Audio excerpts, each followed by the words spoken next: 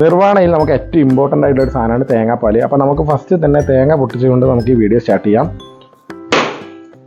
നമ്മൾ നിർവ്വാണയ്ക്ക് വേണ്ടി എടുത്തിരിക്കുന്നത് കഴുകി വൃത്തിയാക്കിയ 4 കഷ്ണം ആവോലി മീനാണ്. കാരണം നമുക്കിവിടെ കിട്ടാവുന്ന ബീച്ചിൽ നമുക്ക് തെക്കോട്ടേക്കാണ് അധികം നിർവ്വാണം നമുക്കിന്ന് ഉണ്ടാക്കിയത് ഈ കരിമീനിലൊക്കെ കാണുന്നത്. പക്ഷെ നമ്മളെ ഭാഗത്തേക്ക് കൂടുതലായിട്ട് നെയ്മീനും അതേമാതിരി ആവോലിയൊക്കെയാണ് കൂടുതലായിട്ട് വരുന്നത്. അപ്പോൾ നമ്മൾ എടുത്തിരിക്കുന്ന 4 കഷ്ണം ഫ്രഷ് ആയിട്ടുള്ള ആവോലി മീനാണ്. ഇനി നിങ്ങൾ ഇതിൽ കാണാൻ പോകുന്നത് നമുക്കിത് എങ്ങനെ മാരിനേറ്റ് ചെയ്യാന്നുള്ളതാണ്. മാരിനേഷൻ എന്ന് പറഞ്ഞാൽ നമുക്ക് വളരെ സിമ്പിളാണ്. വീട്ടിൽ നമ്മൾ എങ്ങനെയാണോ മീൻ പൊരിക്കുന്നത് ആ രീതിയിൽ തന്നെ നമുക്ക് മാരിനേറ്റ് ചെയ്തെടുക്കാവുന്നതാണ്. ആദ്യമായി നമുക്ക് 2 ടീസ്പൂൺ കാശ്മീരി ചില്ലി മുളകാണ് എടുക്കേണ്ടത്. 2 ടീസ്പൂണാണ് നമുക്ക് 4 കഷ്ണത്തിലേക്കായിട്ട് ഏകദേശം വേണ്ടി വരുന്നത്.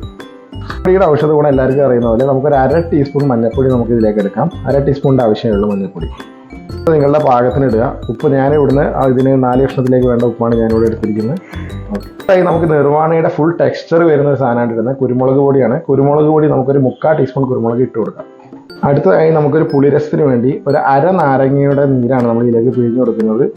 നാരങ്ങ നീരാണ് നമുക്ക് ഇതിൽ പുളിരസം കിട്ടുന്നത്. പിന്നെ നമുക്ക് ഇതിലേക്കൊരു കുറച്ച് മസാല മിക്സ് ചെയ്യുന്നതിന് വേണ്ടി നാരങ്ങ നീര് നമ്മൾ യൂസ് ചെയ്യുന്നുണ്ട്. നമുക്ക് നന്നായിട്ട് മസാല മിക്സ് ചെയ്ത് കൊടുക്കാം.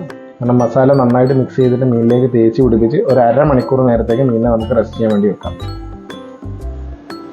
ഏകദേശം മസാല നമുക്ക് ഈ ഒരു പരുവാകുന്ന സമയത്ത് നമുക്ക് ഓരോ മീനിലും പുരട്ടി വെക്കാവുന്നതാണ്. നല്ല രീതിയിൽ 2 സ്ഥലത്തും മീനിൻ്റെ നല്ല രീതിയിൽ തന്നെ മസാല പുരട്ടണം. മസാല നല്ലോണം പുരട്ടിയിട്ട് നമുക്കതൊരു 1/2 മണിക്കൂർ നേരത്തേക്ക് റെസ്റ്റ് ചെയ്യാൻ വെക്കാം. അങ്ങനെ നമ്മൾ മീൻ റെസ്റ്റ് ചെയ്യാൻ വെച്ച സമയത്ത് നമുക്ക് അടുത്തതായിട്ട് വേണ്ട ഇമ്പോർട്ടൻ്റ് ആയിട്ടുള്ള ഒരു ഐറ്റമാണ് തേങ്ങാപ്പാൽ. തേങ്ങാപ്പാൽ എടുക്കുന്നതിൻ്റെ ആദ്യ ഘട്ടം എന്നുള്ളത് തേങ്ങ നന്നായിട്ട് ചിരവി വെക്കണം. അങ്ങനെ നമുക്ക് തേങ്ങ നന്നായിട്ട് ചിരവി എടുക്കാം.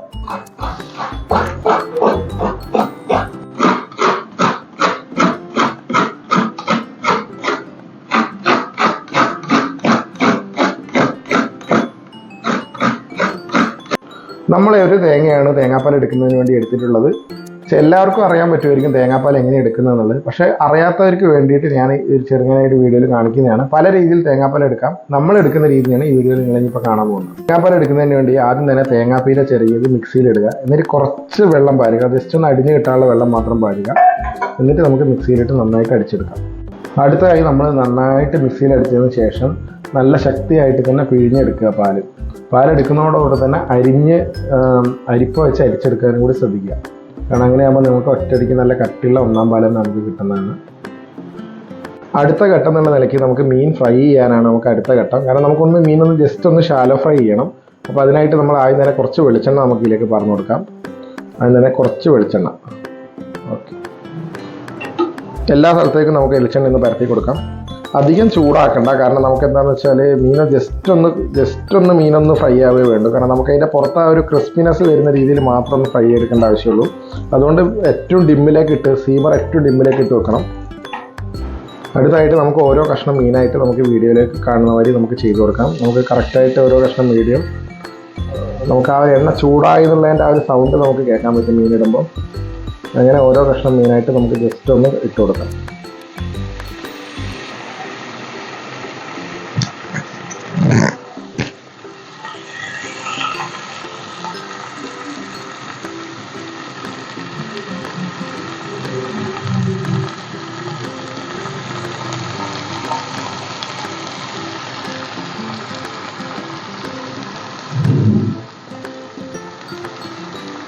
ഒരു 2 മിനിറ്റ് കുക്കായതിന് ശേഷം നമുക്ക് എന്ത് ചെയ്യാം, ഓരോ കഷ്ണം മീനായിട്ട് നമുക്ക് തിരിച്ചിട്ട് കൊടുക്കാം. അപ്പോൾ നിങ്ങൾ ഈ വീഡിയോയിൽ കാണുന്ന പോലെ ജസ്റ്റ് ഈ ഒരു തരത്തിലൊരു ജസ്റ്റ് ലെയർ മാത്രമേ നമുക്കൊന്ന് ഫ്രൈ ആയി കിട്ടുന്നുള്ളൂ. കാരണം നമുക്ക് വേവ് ശരിക്കത്തെ വേവൊക്കെ നമുക്ക് നിർവ്വാണയിൽ തന്നെ നമുക്ക് തേങ്ങാപ്പാലിൽ തന്നെയാണ് വേണ്ടത്. നമുക്ക് ജസ്റ്റ് ഒന്ന് ഈ ഒരു രീതിയിൽ നമുക്ക് 2 മിനിറ്റ് വെച്ച് ഓരോ സൈഡായിട്ട് കുക്ക് ചെയ്യാം.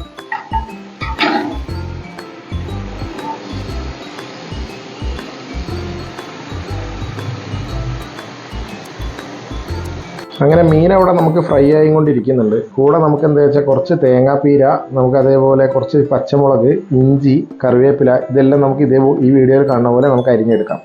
എന്നിട്ട് നമുക്ക് അതൊരു തയ്യാറാക്കി മാറ്റി വെക്കാം.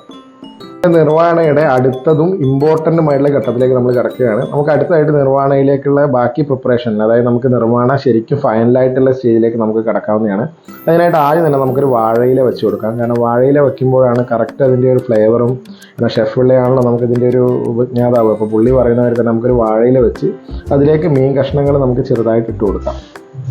ആദ്യമായി നമുക്ക് കുറച്ച് വെളിച്ചെണ്ണ, നമുക്ക് ലേശം വെളിച്ചെണ്ണ നമുക്ക് അതിലേക്ക് പാർന്നു കൊടുക്കാം. വെളിച്ചെണ്ണ പാർന്നതിന് ശേഷം നമുക്ക് ഓരോ കഷ്ണം മീനായിട്ട് നമുക്ക് അതിലേക്ക് ചേർത്ത് കൊടുക്കാം.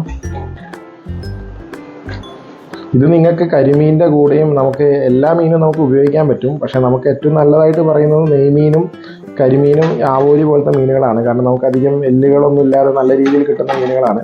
കരിമീൻ നല്ലോണം എല്ല് കൂടുതലാണ്. പക്ഷേ നമുക്ക് മലബാർ ഏരിയയിലേക്ക് കരിമീൻ അധികം നമുക്കിവിടെ കിട്ടാറില്ല. അതിന് പകരം നമുക്ക് കിട്ടുന്ന മീനുകളാണ് നമ്മൾ എടുത്തിട്ട് ചെയ്യുന്നത്.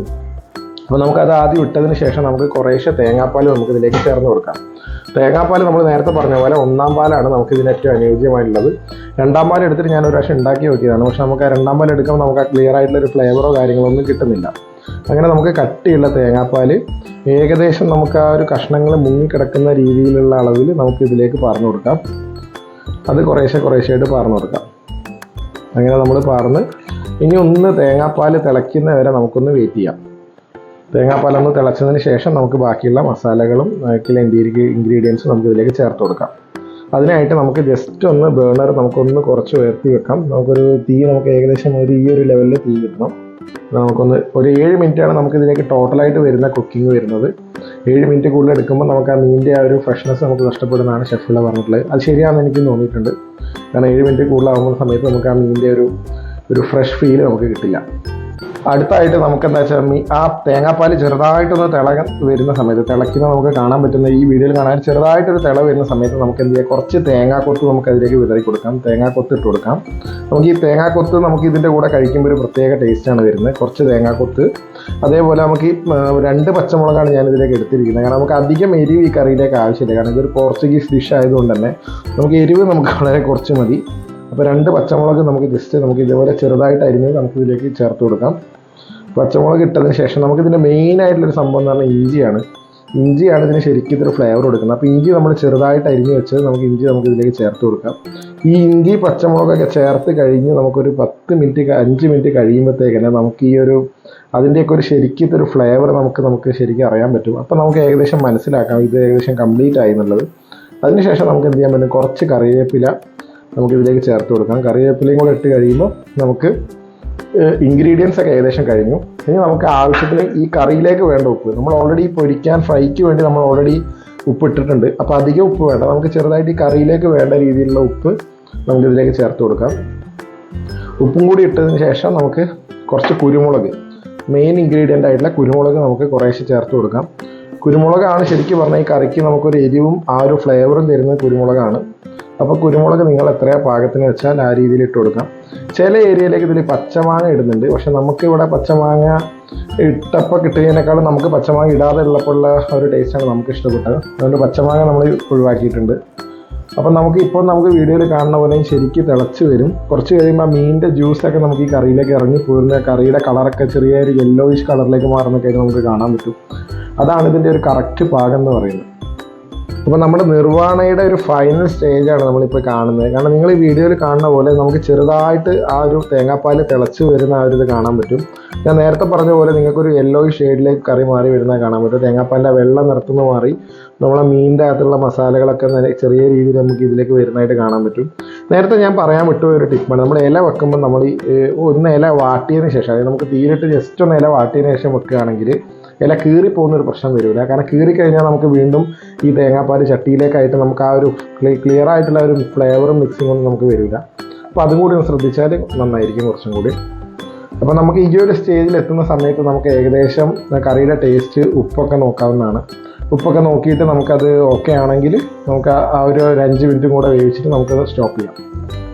കുറേശ്ശെ ആ മീനിൻ്റെ ചാറ് നമുക്കിങ്ങനെ മീനിൻ്റെ മേലേക്ക് കുറേശ്ശെ ആക്കി കൊടുക്കാം. അപ്പോൾ അങ്ങനെയാകുമ്പോൾ നമുക്ക് മീനിൻ്റെ അകത്തുനിന്നുള്ള ആ ഒരു ഫുള്ളായിട്ടുള്ള ഒരു മസാലയുടെയും മീനിൻ്റെ ആ ഒരു ഫ്ലഷിൻ്റെ മീനിൻ്റെ ഒരു ടേസ്റ്റും എല്ലാം നമുക്ക് ഈ മസാലയിലേയും കൂടി ആയി കിട്ടുന്നതാണ്. ഇപ്പോൾ നമുക്ക് ഏകദേശം ഇത് ഫൈനലായിട്ടുണ്ട്. നമുക്ക് ആ ഒരു കറക്റ്റ് ഫ്ലേവർ നമുക്ക് കിട്ടുന്നുണ്ട്. പിന്നെ നമുക്ക് ഇപ്പം ഷെഫ് വിള്ളിയുടെ റെസ്റ്റോറൻറ്റിലൊന്നും പോയി കഴിക്കാൻ പറ്റാത്ത ആൾക്കാരുണ്ടാവും. അങ്ങനത്തെ ആൾക്കാർക്കൊക്കെ നമുക്ക് വീട്ടിൽ നിന്ന് തന്നെ ട്രൈ ചെയ്യാവുന്നതാണ്. കാരണം നമുക്ക് വളരെ ആ ഒരു ടേസ്റ്റ് നമുക്ക് എന്തായാലും മിസ് ചെയ്യാത്ത ടേസ്റ്റാണ്. കാരണം നമുക്ക് എല്ലാവർക്കും ഇഷ്ടപ്പെടുന്ന ഒരു ടൈപ്പ് ടേസ്റ്റാണ് വരുന്നത്. ബ്രേക്ക്ഫാസ്റ്റിൻ്റെ കൂടി നമുക്ക് ലഞ്ചായിട്ടൊക്കെ ഉപയോഗിക്കാൻ പറ്റുന്നതാണ്. ശരിക്കും നല്ലൊരു റിച്ച് ആൻഡ് തിക്കായിട്ടുള്ളൊരു ഗ്രേവിയാണ് നമുക്ക് ഇതിൽ കിട്ടുന്നത്. നല്ല പ്രോട്ടീനും നല്ല കണ്ടൻറ്റും എല്ലാ ഫിഷിൻ്റെ എല്ലാ ഗുണങ്ങളുള്ളൊരു കറിയാണ്. അധികം മസാലകളൊന്നും ഇല്ലാത്തതുകൊണ്ട് തന്നെ കുട്ടികൾക്കും കാര്യങ്ങൾക്കൊക്കെ വളരെ ഇഷ്ടപ്പെടുന്നൊരു കറിയാണ്. അപ്പോൾ നമുക്ക് ഏകദേശം ഇതിൻ്റെ പ്രിപ്പറേഷനൊക്കെ കഴിഞ്ഞിട്ടുണ്ട്. അപ്പോൾ നമുക്ക് മെല്ലെ ഗ്യാസ് ഓഫ് ചെയ്യാം. ഗ്യാസ് ഓഫ് ചെയ്തിട്ട് നമുക്ക് ഇനി ഇത് സെർവ് ചെയ്യുന്ന രീതിയിലേക്ക് പോകാം.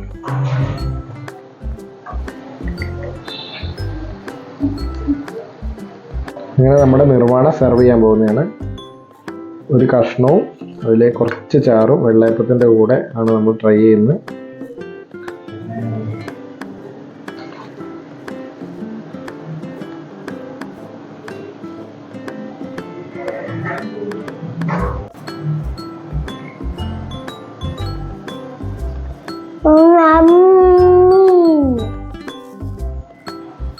അപ്പോൾ ഈ വീഡിയോ കാണുമ്പോൾ തന്നെ നിങ്ങൾക്ക് മനസ്സിലാക്കാൻ പറ്റും എത്രത്തോളം ഈ കറി ടേസ്റ്റ് ഉണ്ടെന്നുള്ളത്. എല്ലാവരും ഇത് വീട്ടിൽ ട്രൈ ചെയ്യുക. ട്രൈ ചെയ്തിട്ട് ഇതിൻ്റെ ഒരു അഭിപ്രായം കമൻറ്റ് ചെയ്യുക.